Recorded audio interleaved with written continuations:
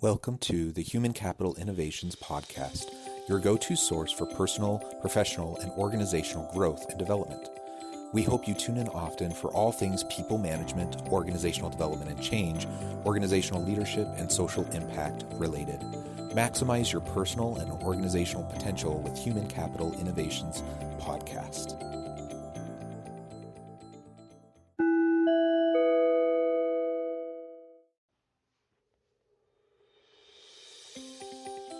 Welcome to the Human Capital Innovations Podcast. In this HCI podcast episode, I talk with Michele Molitor about overcoming imposter syndrome to rebuild trust in self and others.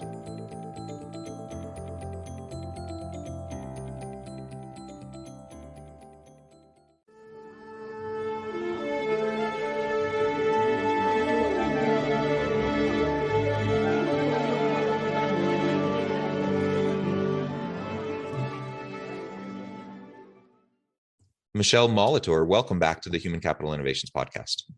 Hey, thanks for having me, Jonathan. I'm excited to be here.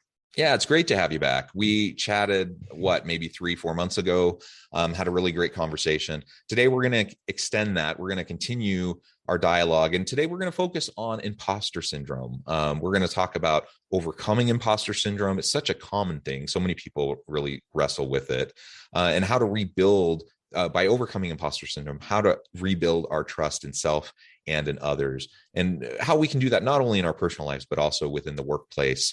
Because I think so many people really do struggle with imposter syndrome, especially when you find yourself in a new role at work. You're in a new leadership capacity. You're taking on a new project, a new challenge that you've never done before. I think it's only natural that we question ourselves. And perhaps, to a certain extent, it's healthy because it's good to have some humility. It's good to recognize, we need to continually be learning, but that healthiness can quickly turn to unhealthy, kind of ruminations when we just get sucked into feeling like we're just an imposter and we can't do anything right, and we're just fooling everybody and we're not being authentic, and like all that stuff that starts to pile on all of a sudden, then that becomes very unhealthy. And so we definitely need to figure out how we're going to manage that.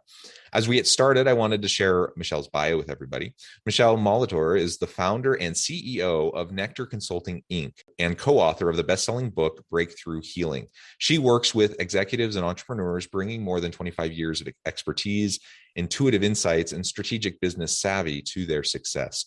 She is an expert at enhancing the capacity of leaders to build high-performing teams and exponentially increase bottom-line results. Michele's unique rapid rewiring approach is a culmination of years of study in the realms of emotional intelligence, neuroscience, organizational psychology, and rapid transformational therapy. She helps catalyze shifts in thinking and eliminate mental and emotional blocks to rapidly rewire your brain for greater confidence and success. A nationally recognized speaker, certified executive coach, rapid transformational therapy practitioner, consultant, trainer, and writer, Michele's passion for helping others amplify their natural talents and expand their leadership is conveyed through all aspects of her work and her writing. What an incredible background. You do such amazing work. It's great to have you back. Anything you would like to share with listeners as by way of your background before we launch into the conversation?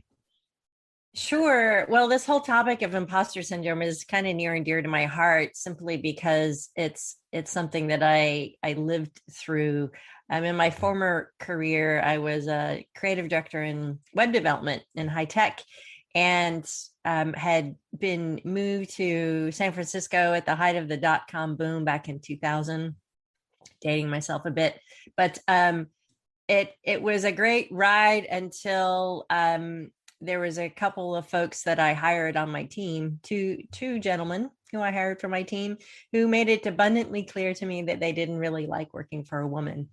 And their comments, their actions, their behaviors all very quickly chipped away and eroded at my confidence and created a very large case of imposter syndrome. And oh my gosh, and who am I? I'm a fraud. I'm going to be found out.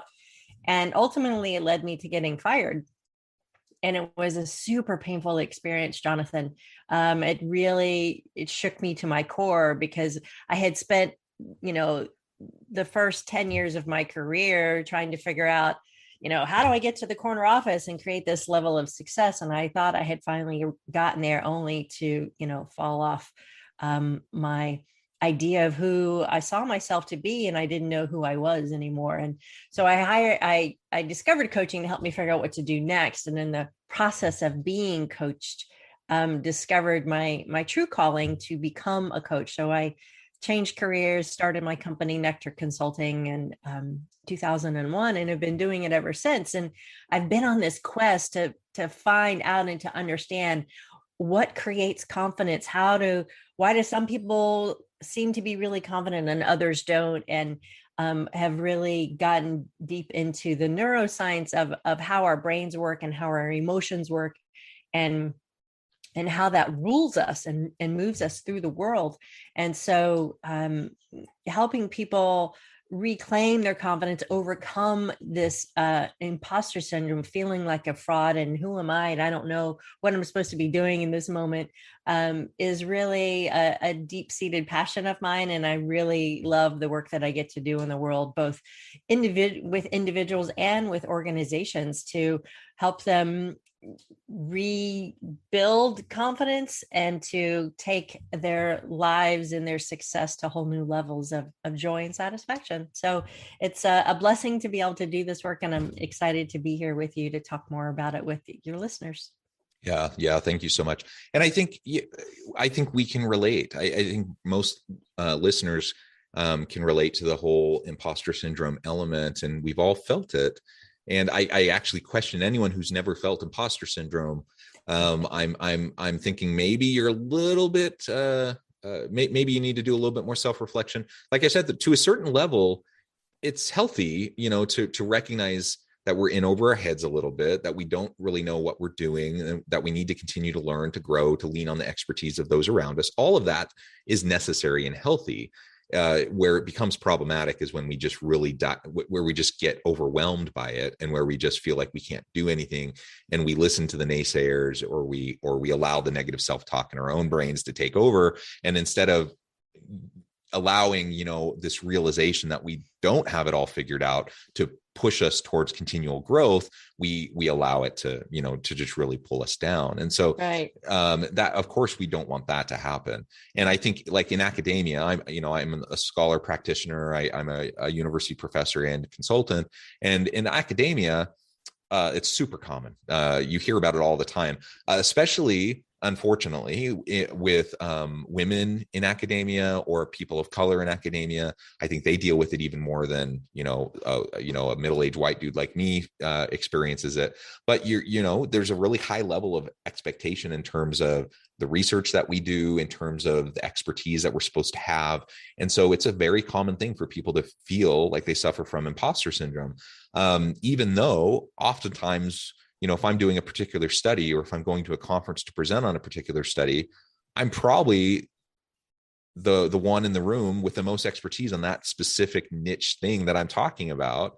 That doesn't mean I know everything, but in that one specific area, I probably know as much as anyone else, or more than anyone else. And so it's okay to have the confidence. It's okay to recognize that, no, I do know what I'm talking about. We don't need to give into the negative voices in our head. So finding that balance, I think that's a hard thing for people to have some humility, some intellectual humility, but also have, enough confidence to be able to move forward and to not get stuck in place. I also think I contrast it with, on the one hand, you have the insecurities that manifest through imposter syndrome.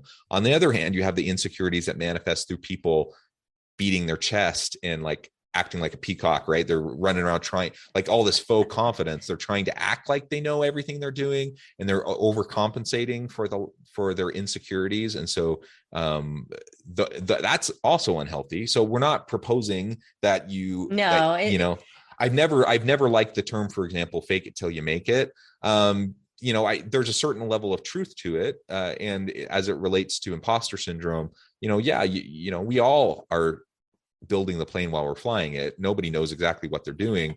Exactly. But we want to strive for some authenticity, and we don't need to pretend like we know everything, and we don't need to put down or belittle other people to try to make ourselves look better or to feel better. That's just a flip side of the insecurity coin, and we don't want to go there either. And unfortunately, that's just human nature, right? But I think the key word there, Jonathan, is often being authentic, right?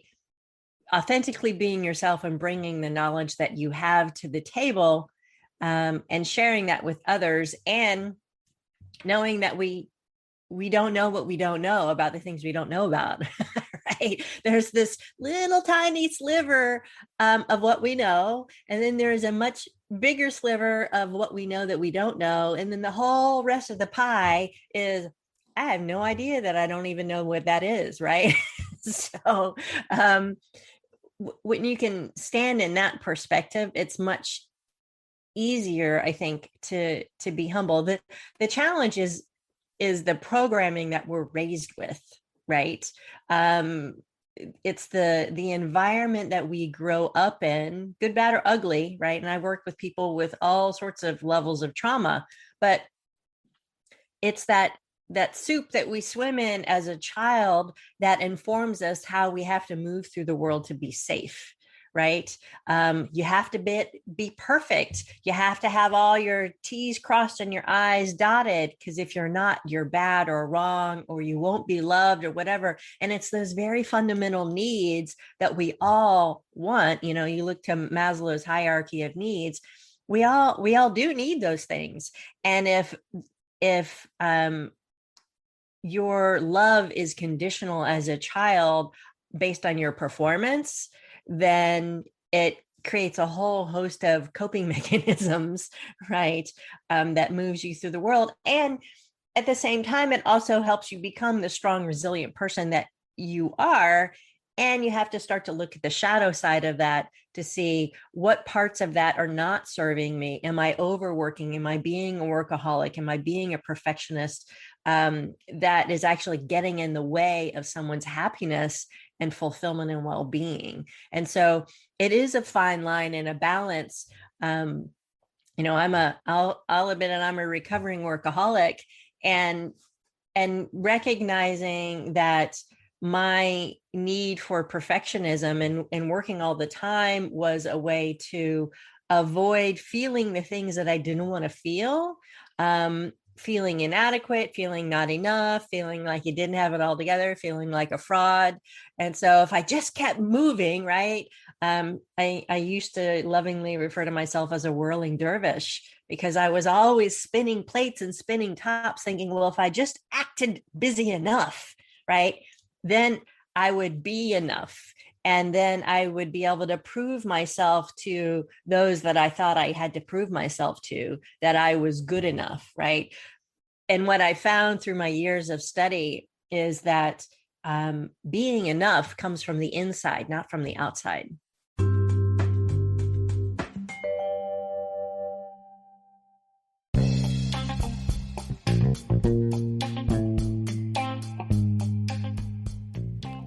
I'm excited to announce the publication of my new book from HCI Press, The Alchemy of Truly Remarkable Leadership: Ordinary, Everyday Actions that Produce Extraordinary Results. Consider how the nature of work has shifted over the past 50 years. With increased globalization, rapid technological advancement, and the shift in economic composition, the average job of today looks very different than the average job of 50 years ago. What will the jobs and organizations of tomorrow look like? Moreover, what does this all mean for organizational leaders? What are the core competencies and capabilities of organizations and their leadership that are prepared for continued disruption and geopolitical and socioeconomic shifts?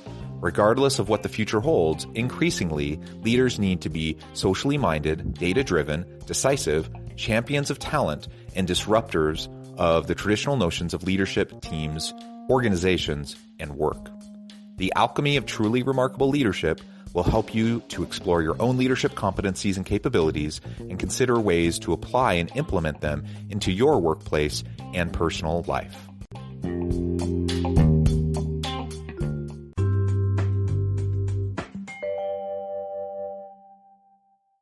Yeah, I really love that. And that's an important point. Like, our innate value is not determined on the external environment. It's not determined by others around us. And we don't need to qualify for anyone's love and acceptance. People are people. And so sometimes people make their love and acceptance of you conditional on certain things. That's their issue, though. That's not your issue.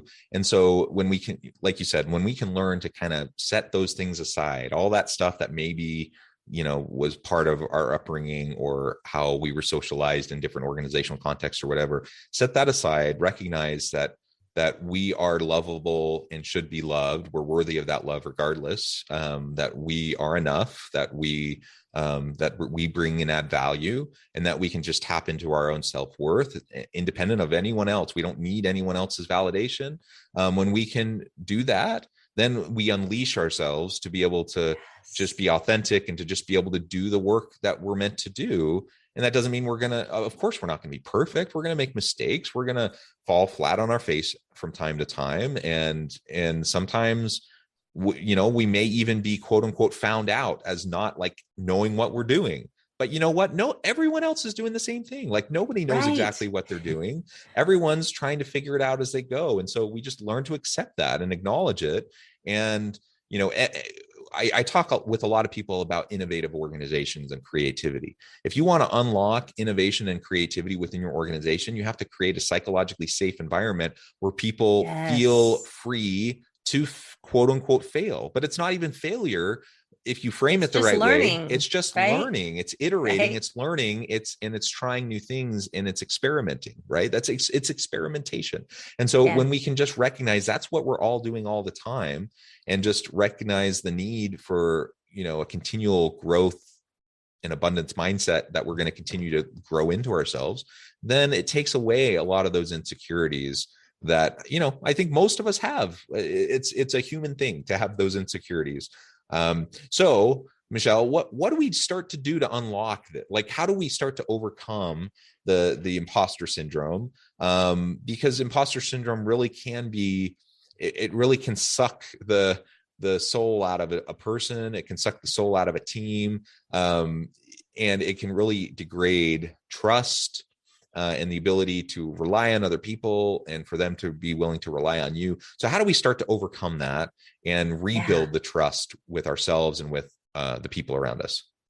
Yeah, that's a great question. And it's so important in an organization, right? In order for everybody to be rowing in the same direction, you have to trust that the guy next to you is going to be able to keep up and is going to be able to meet you, right? In different ways, shapes, and forms.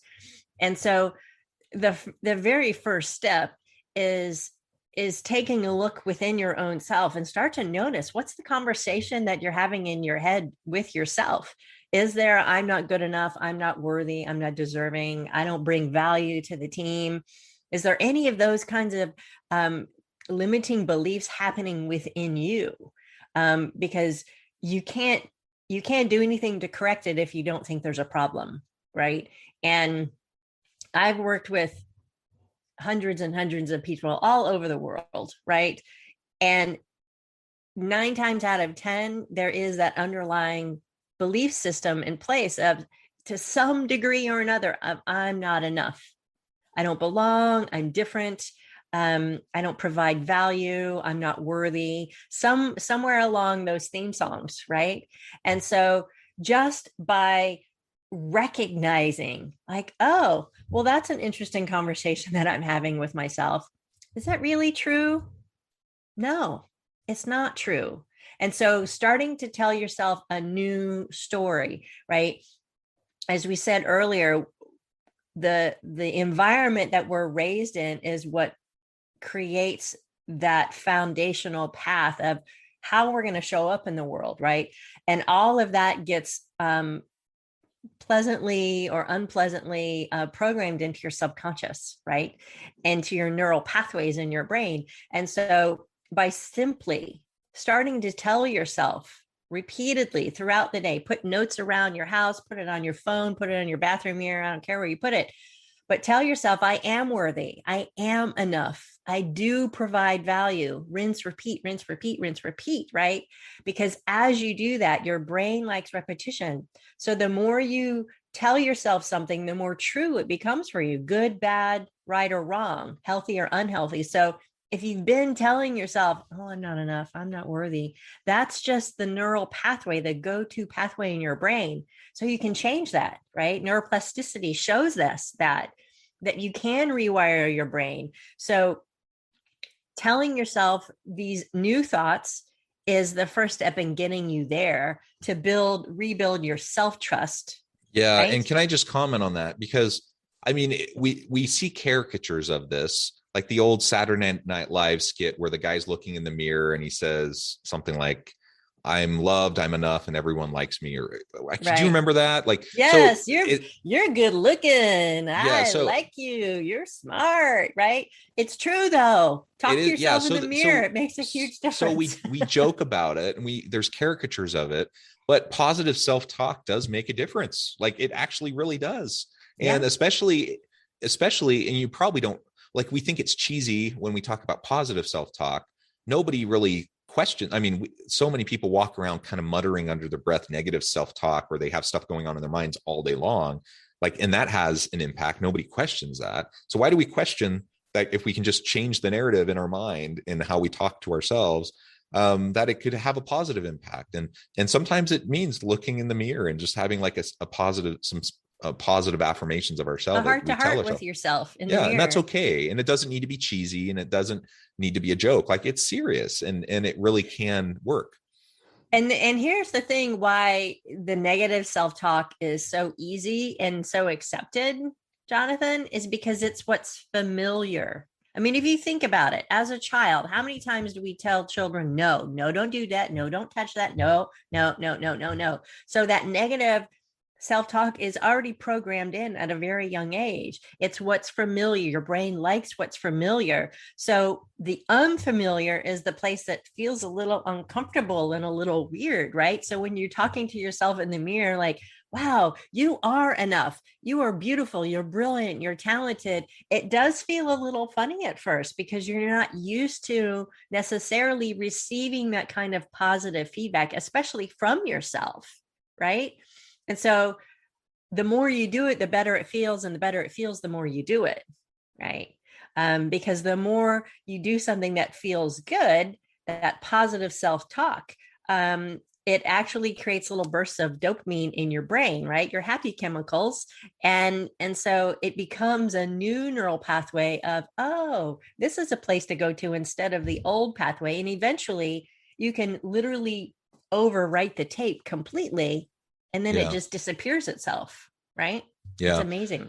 Well, and I used to feel weird about this, but I can't remember if we mentioned this on the podcast last time I was talking with you, but I think listeners who listen frequently, that I have dogs. I walk my dogs. I love walking my dogs around the park. And I find myself when I'm walking my dogs, either talking to them as we walk or talking to myself as we walk. And I'm talking out loud. And I used to feel goofy about that. Like, that's so dumb, and people are going to see me, and what are they going to think? And over time, I just kind of let go of that. I'm like, who cares? And so I just, talk to myself and about all sorts of things. And maybe that is weird. Maybe I've got a screw loose in my head. But honestly, I don't feel like, now that I've kind of let go of that, like, external expectation of people might think I'm weird, I find it to just be a really healthy thing. Like, I go out and I can just do self-reflecting as I'm walking around. I can kind of mentally steel myself up for like an upcoming meeting that I'm nervous about, like just those positive self-talk types of things, or just kind of working through a scenario out loud to myself with my dogs. And maybe it's the emotional support element of having dogs there with you. I don't know, but I found it to be quite helpful for me. And it's just a simple exercise of just being able to have that conversation. And over time, I've learned that, yeah, I'm not perfect. Yeah, I make mistakes. Yeah, I don't always know what I'm doing. But you know what? Things really aren't that bad, even when I don't know what I'm doing. And I can get through this, and I can learn from the experiences that I have. Absolutely. One of my very first coach trainers way back when, his I have such great high regard for him. And the name of his company is It's All Made Up, because it is. If you think about it, everything's all made up. We assign labels to things. This is a lamp. This is a computer. This is a microphone. right? But before the microphone was invented, it didn't have a name, right? And we created this thing and we called it a microphone, right? And so if you can start to think about the assessments, the assignments that you're giving to things, the judgments that you're putting on things, right or wrong, good or bad, true or false, right? Then you get to question it. Is that true? Is it really, really true? Because if it's not, then you can let it go, right? Yeah. It's all of those judgments and assessments and labels that have been put on things for so long that it's just part of society. We just accept it as true. But you get to choose for yourself. If you want to call it something different, Yep. if you want to call yourself something different, then that's the thing to do, right? Yeah, exactly. The social construction of reality, it's a fun field to really look into and to learn from. Well, Michele, it has just been a real pleasure. I really love chatting with you. The time has flown by. I recognize we're just about out of time for today. But before we close, I wanted to give you a chance about your work and then give us the final word on the topic for today. Yeah, sure. You can always find me at nectarconsulting.com, right? We talk more about the team development and the employee well-being programs we have there, or come visit me over at michelemolitor.com, michelemolitor.com, where I talk more about the one-on-one work that I do with folks.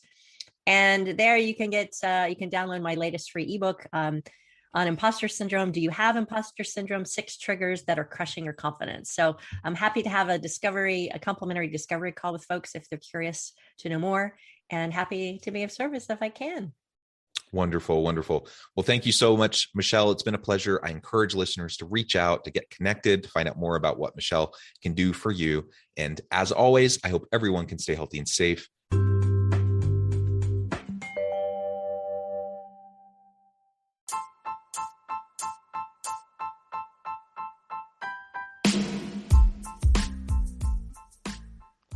We are excited about the launch of HCI's new magazine, Human Capital Leadership. Human Capital Leadership is a free, interactive e-magazine designed to help individuals, leaders, and organizations find innovative approaches to maximize their human capital potential. We will be publishing issues quarterly in August, November, February, and May. Check out the first issue and let us know what you think.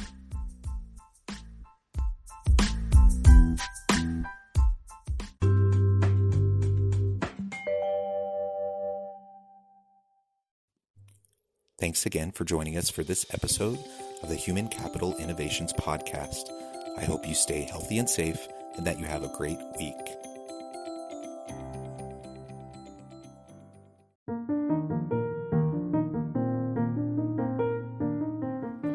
Check out our new weekly LinkedIn newsletter, Alchemizing Human Capital, exploring industry trends via original research and interviews with executives and thought leaders from across the globe.